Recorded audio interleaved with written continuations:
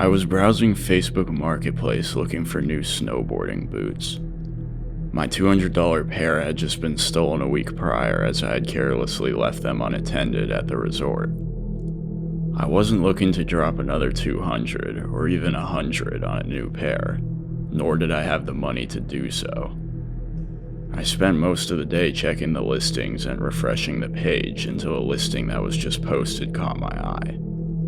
It was for a brand new barely used pair of Burton snowboard boots in my size for only $75. I went to message the seller, this guy named Mark.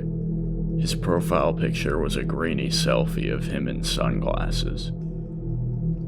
He responded almost instantly to my message, and after a bit of correspondence, he was down to meet that same night. It was currently 9:30, and he told me to come to his house at 10 since he would just be getting home from work by then. He sent me the address, and I looked to see where it was on maps. It appeared to be a ranch with a long dirt road that led to it off of the main road, completely encased by woods. I live in Parkdale, Oregon, so this was not uncommon at all. In fact, my house looked almost the exact same. 10 minutes after he had sent me his address, he messaged me again with an odd request. He told me when I came down his driveway to not come all the way up to his house and instead park the car hidden from view of the house, because he didn't want his mom, who was sick, to wake up. I thought it was weird for sure, but wasn't concerned. I had my mind set on those $75 boots. The time came for me to head over, which was about a 20-minute drive. Normally longer, but I tend to drive fast on those empty country roads at night. My truck was actually scraping against leaves as I drove down it. I parked my truck and killed the engine right at the bend in the road before the house and got out. As I turned the corner to approach the house, I noticed it was pitch black. Not a single light was on. It was just a silhouette. Another strange thing I picked up on was that there were no other cars in sight. I had to navigate towards the house relying entirely on moonlight. I genuinely couldn't see a thing, which is why I didn't pick up on the figure standing about halfway between me and the house until I was right in front of him. It gave me a fright, but I didn't show it. "Mark?" I asked.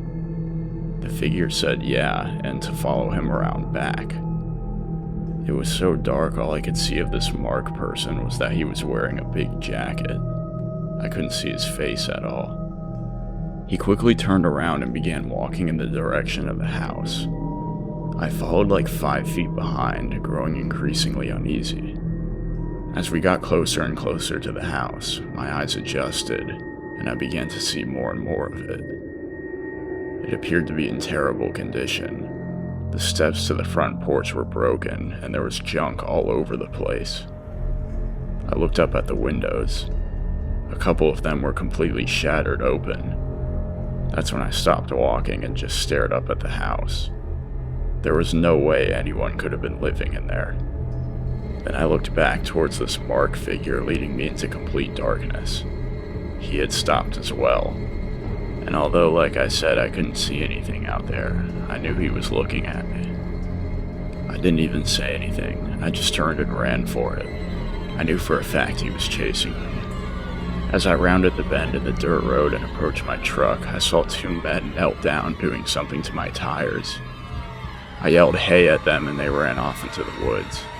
I threw myself in the driver's seat and started the engine, ready to floor it in reverse.